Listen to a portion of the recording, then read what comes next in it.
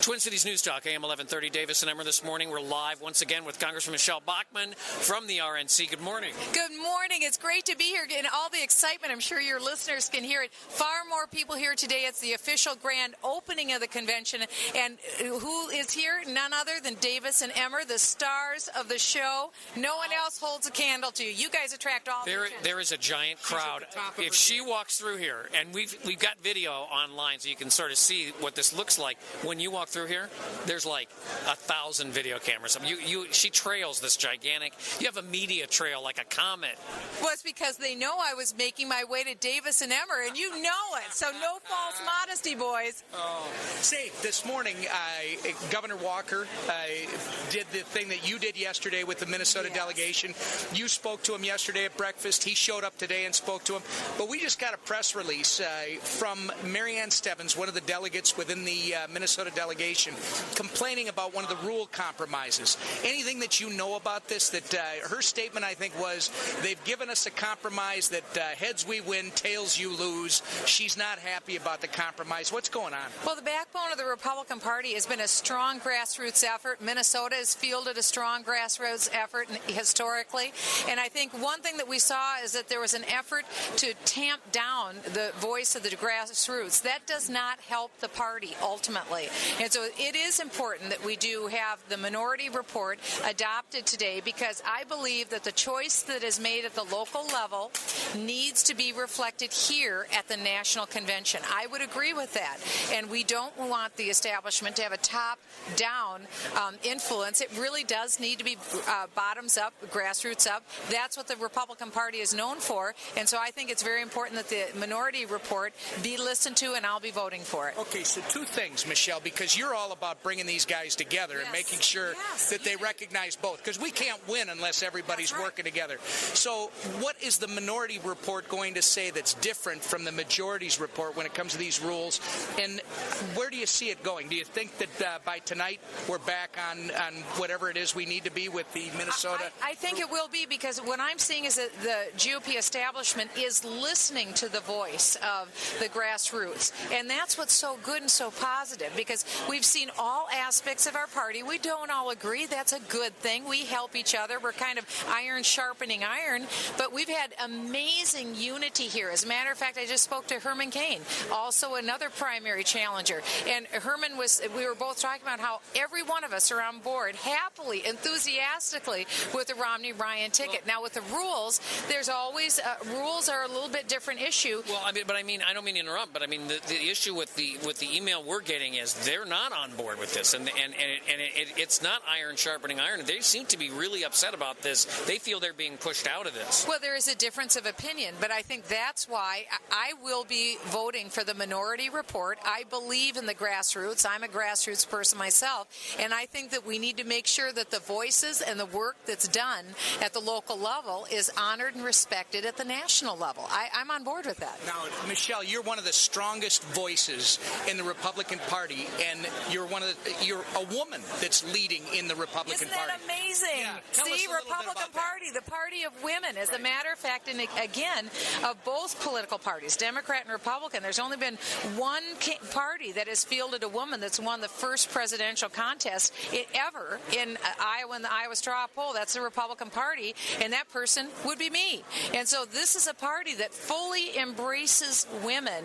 We had Herman Cain running. Herman Cain was in the lead for a while during the primary. We're a party that fully embraces an African American for president. So we really are a far-ranging, wide-berth party, and I'm very proud of our party. Now every one of us are coming together because we're rowing all the same way to make sure that we have a positive change and a positive agenda in November. Now Bob is going to push you because he wants the dirt that's behind the thing, because there are disagreements, but I'm just going to ask you to tie that up before he goes and asks you. I'm not saying a word. Oh, all right. Well, I really want to talk about this brokering, because you seem to be the one that can broker coalitions between Tea Party activists, Ron Paul activists, establishment folks. Are you going to be involved in that over the next few hours as they work these rules differences out? Well, I will be, and I've been involved for months and months and months in trying to bring together evangelicals, Tea Partiers, Main Street establishment, and independents, and in our case in Minnesota,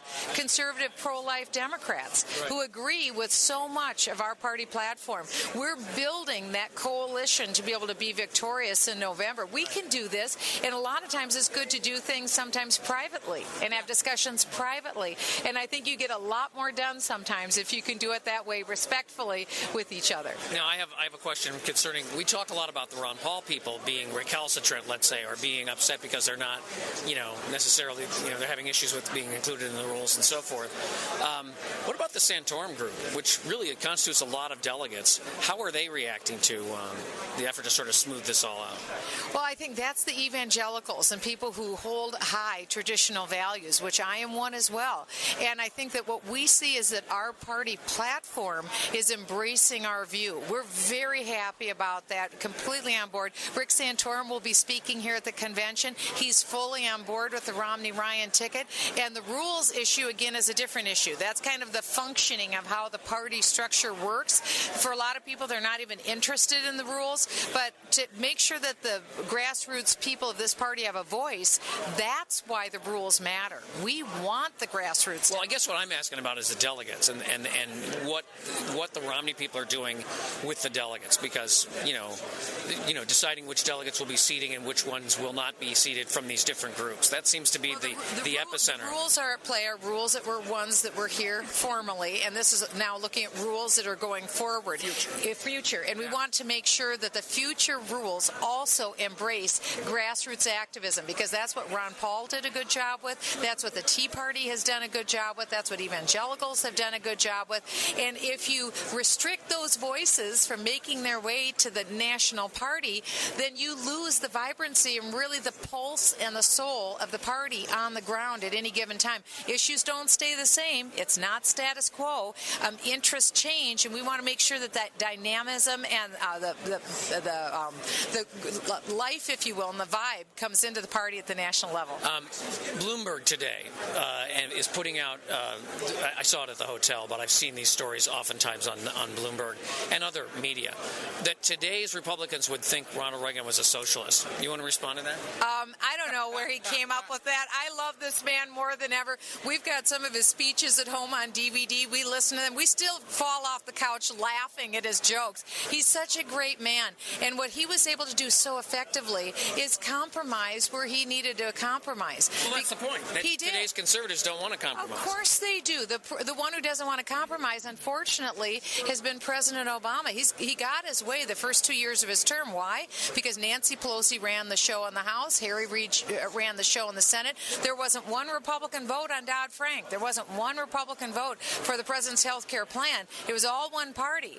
Now the president thinks that he still has Democrats to deal with. Well, he doesn't. And the president has proved that he's absolutely inelastic. In fact, he says, I'll compromise maybe in the future. No, Mr. President, we've done our job in the House. Harry Reid has said, and get this, Harry Reid said, I won't do one thing in the Senate before the election. Are you kidding me? Well, you own the Senate, you're not going to do anything? So you don't think the Republicans are too extreme? No, we've passed bills to try and get people back to work. Harry Reid won't work. He won't even take a bill up, and the president won't even push Harry Reid. So there's a real problem there. This isn't about finger pointing. I mean, honest to God, right now, people are suffering. I talk to people every day in Minnesota.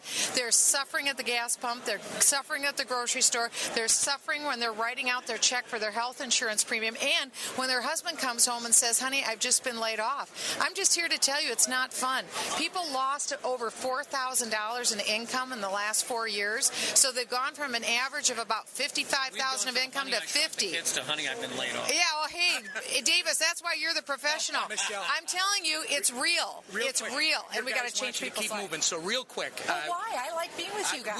We do too, but I don't want to get them upset because we want you back. Okay. Ann Romney. Yes. We've already gone. Let's go back to the woman thing. She's really She's nice. speaking tonight. Yeah, what do you expect, and what would you hope for Ann Romney? Yeah, I think she will show the family side of Mitt. He is really a decent man, and first and foremost, he is a family man. He's committed to his wife, committed to their 5 sons and their grandchildren, and he's been a tremendous leader in his home. And so I think that's what we're going to see, the other side of Mitt. The fact that he really is a self-made man. Did he come from wealth? Yes, but he made his own. And he's a true American success story. He's a man that she's proud of, and I think America will be proud proud of. Great. All right. Michelle Well, Bachmann. They're giving us the hook. Thank you so much. We're getting the hook. Davis and Emmer, Twin Cities News Talk, AM 1130. We'll see you later. Thanks a lot, Okay, Michelle. Really thanks you appreciate it. guys. All right. Thank you. We'll Say see hi you to Marcus. soon.